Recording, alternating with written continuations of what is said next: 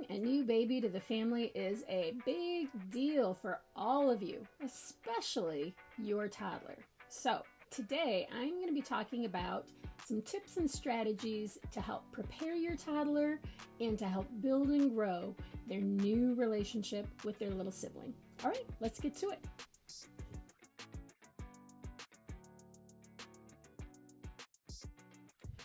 Okay, so my biggest tip is that you start sooner rather than later. So I'm going to walk through some different strategies that you can use when you first find out that you're going to be having a new baby joining your family to help prepare your toddler so that when the time comes, the transition will be a little bit easier for them. Okay? So the first strategy, if you've not already done so, is to get your toddler a baby doll set with all the accessories. Bottles, blankets, diapers, all of that kind of stuff. And start doing a lot of play with that baby doll set.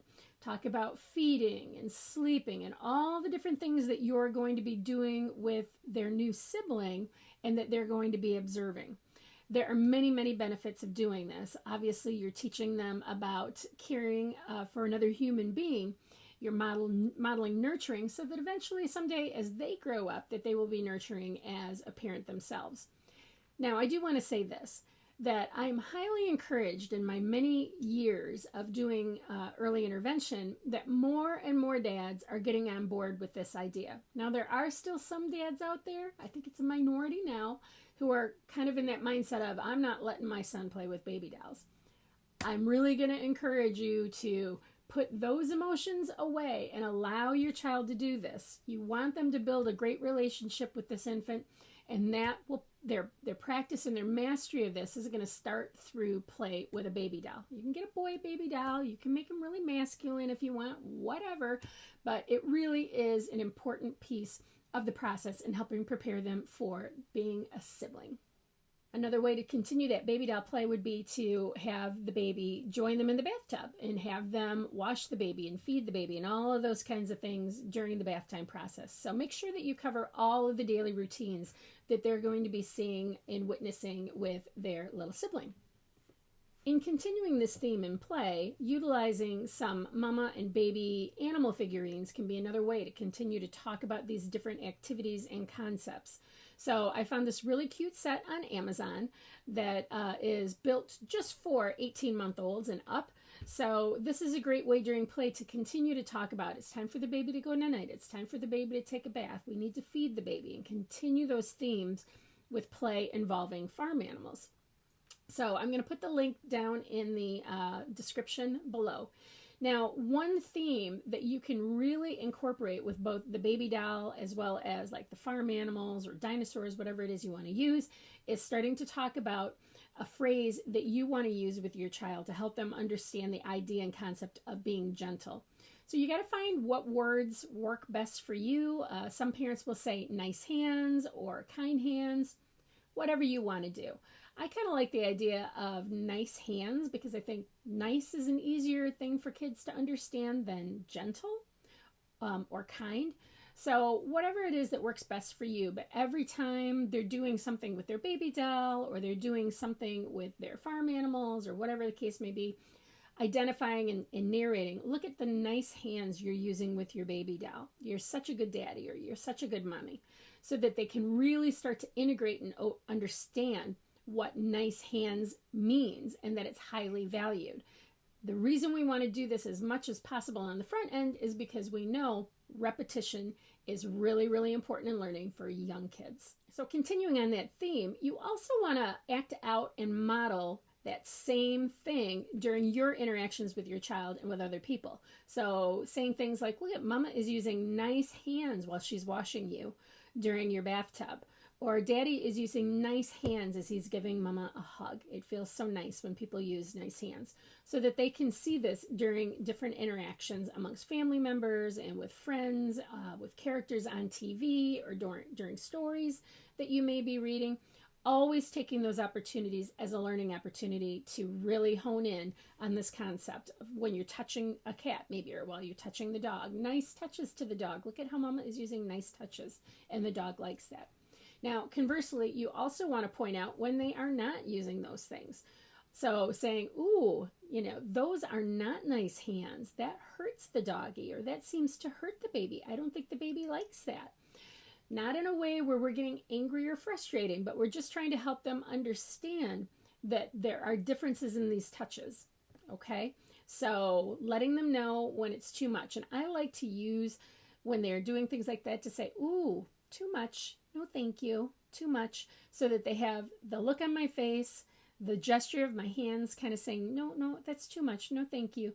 And if they pause, then we can say, okay, let's try that again, right? Because they're still learning about how their body impacts other people. They don't have the ability to have malicious intent yet. So they don't realize that some of their touches can be hurtful to somebody else because they're really egocentric at this age. Another tip would be to incorporate stories about the theme of welcoming a baby to your home. Now, I happen to like peekaboo baby faces. This is a nice way to kind of start. Kids love looking at pictures of babies, and I'm going to have the links to all of these books down in the description below. So maybe incorporating peekaboo baby faces, it's interactive, into your nightly routine with your little one. Another good one is Waiting for Baby and My New Baby by Rachel Fuller. And they kind of walk through the process of when the baby is still in your belly and then after the baby is born. So it's a nice way to help prepare your child. Cute pictures, simple words on the page. So incorporating those into parts of your daily, reading routine, always following your child's lead. If they're like, I don't want to read that book, okay, we're not going to, but giving it a try every single day, just so that you can continue building the theme of helping them understand that a baby is going to be coming and joining your family.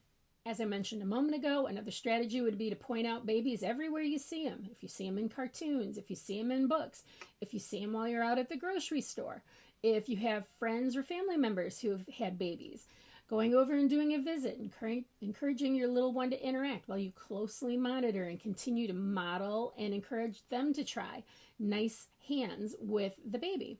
So hands-on opportunities are great. You just need to closely monitor it, including using hand over hand. So I know some of us get a little nervous with our rambunctious kids that they're going to be too rough, or they've been really rough while we've been practicing this at home. You can say things like, Mama help you, nice hands on the baby. Oh, look at how you're using such nice hands, as you take your child's hand and maybe pat the baby's head or stroke the baby's cheek. You also want to make sure that you provide lots of positive feedback when you see your child using nice hands. If they're using nice hands while they're playing with their baby independently, or if they're using nice hands while they're touching the cat. Look at you using your nice hands. You're so good at that, and the cat loves it so much. So always take those opportunities to fill their bucket and reaffirm that you are loving what it is that they're doing there. The next thing you're going to want to do with your toddler is you're going to want to start practicing the concept of waiting. Not one of their favorite things to do, but it's really going to be important, as there are going to undoubtedly be moments when the baby comes that you are not going to be able to get right to whatever it is that your toddler wants you to do for them in that moment. So there are some different strategies that you can try to help work on waiting. The first one is, as I'd mentioned with the other thing earlier on, you know what I'm talking about, is you want to find a phrase. Oh yeah, the nice touch. You want to find a phrase that you can use repeatedly. Again, that consistency and the repetition really helps that learning to happen faster and stronger. So I always like to use wait while holding up a finger or a hand, like wait. And remember, visual cues are really important and help get their attention and their focus. And then pairing it with counting. So I would say something like, Mama will be ready in 5. Let's count together. 1, 2, 3, 4, 5. Okay, all done. Now, what do you need? How can I help you? Maybe you need to count to 10. But getting your toddler involved in that counting, it helps them understand that eventually when you get to 5 or when you get to 10, or if you want to count backwards, that then you will be available, and count as slowly as you need to finish whatever task it is that you're doing with the infant. Okay, so work on the idea of waiting with your little one. Another tip is you can try some of the finger fidgets that are available, like these. I'm going to put the link to these down below. If you're going to use the counting strategy, you can have them pop 5 things as you're counting. 1, 2, 3, 4, 5. Sometimes having these little things available can help distract them momentarily while you're trying to finish up whatever task it is that you need to. And then finally, this probably is not going to be a surprise if you've been following me before and watched any of my other videos, but utilizing a visual chart as a part of your daily routine can be a great thing to start while your little one is still the sole child before the baby comes. So I have a video on this. I will have this linked at the end of this video, so you can go check that out if you want. But using a visual chart for their schedules and routines make kids feel safe. When the baby comes, they might feel like, oh my gosh, everything seems different, even though it's really not. You just have a couple of extra steps in your routine. Referring to that visual chart can be a calming thing for young kids. And after the baby comes, you can even add in, and I'm going to talk about one-on-one time in a moment, but you can add in those visuals that represent that while the baby is sleeping, we are going to do our one-to-one time together with mommy. Okay, so using a visual chart and getting them used to the idea of doing that before the baby comes, and then they'll still have that there as a safety mechanism to know what's going on for their day and that their day isn't going to change. There's just this other human here in the home. So try a visual chart. Okay, so once the baby has come, you're going to need to increase your one-on-one time with your little one. They're going to need this during the transition. I know that time is at a premium when the baby comes, but it's really essential that you have several 25 to 30-minute sessions with your little one where they get your undivided attention. I usually suggest to parents that you should have at least 2 hours a day of one-on-one time with your little one. I know that sounds really hard to do. You know, I get it. I had 2 kids and worked full time as well, but it's really important. Now, if you happen to have a partner, maybe they're doing 1 or 2 of those sessions and then you're doing 2 sessions. I know it's tempting that when the baby is down for a nap that we want to do the wash and the dishes and all of that kind of stuff. But I want you to hear me say this, that by spending that time one-on-one with your toddler, 25 to 30 minutes during that nap time, in lieu of doing the dishes, you are going to be preventing so many difficult behaviors. They need more time and connection during this really big transition. So finding the time one-on-one several times a day for at least 25 minutes one-on-one to be interacting with your toddler. And that takes me to the next step of this. While you're doing this floor time kind of play with your toddler, you need to let them be the boss during play. All right. This is not where we're going to be directive. We can ask questions like, what do you want me to do with the car? What color crayon should I use? Where should I put this block? Should I put it over here or over here? You want them to be the boss. They're going to be feeling like they don't have much control now that this little human has showed up in their household. So allowing them to have control during the play is going to be really important. Kids work out their stress during play. And don't be alarmed if you see them starting to show some different kind of like aggressive and assertive behaviors during that play, being bossy or saying things like, this baby's naughty, and pretending to spank the baby even though you've never done that in your house. These are just natural ways that our kids, when they're really little, are trying to work out all of these emotions that they're feeling. So you don't want to judge what you're seeing, or don't worry about it, and don't feel like you need to say, oh, you're being so hard to that baby. Why are you doing that? That's not nice. Instead, we want to say, you look really mad at that baby, and just narrate and respond with the emotions that you're seeing from your child. That lets them know that they're validated, you see their emotion, and you're not going to judge or dismiss what it is that they're trying to express in that moment. It actually will help them learn to better regulate those emotions down the road. The next tip is to involve them in the care of the baby. This picture right here is a picture of my kids the day after we brought our daughter home. My son wanted to hold her all the time. We'd done the practice with baby dolls and the baby farm animals and all those kinds of things, and it really paid off. He really loved her when we brought her home. And I'm going to be talking about in a future video how to continue to build and nurture relationships between siblings, because there are always going to be ups and downs, but it takes a lot of work on our part as parents to build healthy relationships between siblings. So I'm going to talk about that in a future video. But to get back to this, involving your little one in the care. So having them to be a part of feeding the baby and helping to tuck the baby in. All of those things help them to still feel a part of this process and not that they're an outsider watching. So help support them. I know we worry that they may drop the baby or be rough with the baby, but Be there to support them through that. Help them to hold the bottle and really reinforce. Look at how your nice hands, how you're holding the baby. She seems to love that. So that you can help them already start building this bond and this love and this attachment to their new sibling. Now, if your little one doesn't want to actually hold their sibling, this is a great time to get out their baby doll set. So, it's time for us to feed the baby. They're crying. Go get your baby and I'll go get Sissy and let's get to work. Have them be involved, sitting next to you on the couch, feeding the babies. Ask them, is your bottle warm enough, do you think? Do you think she's full?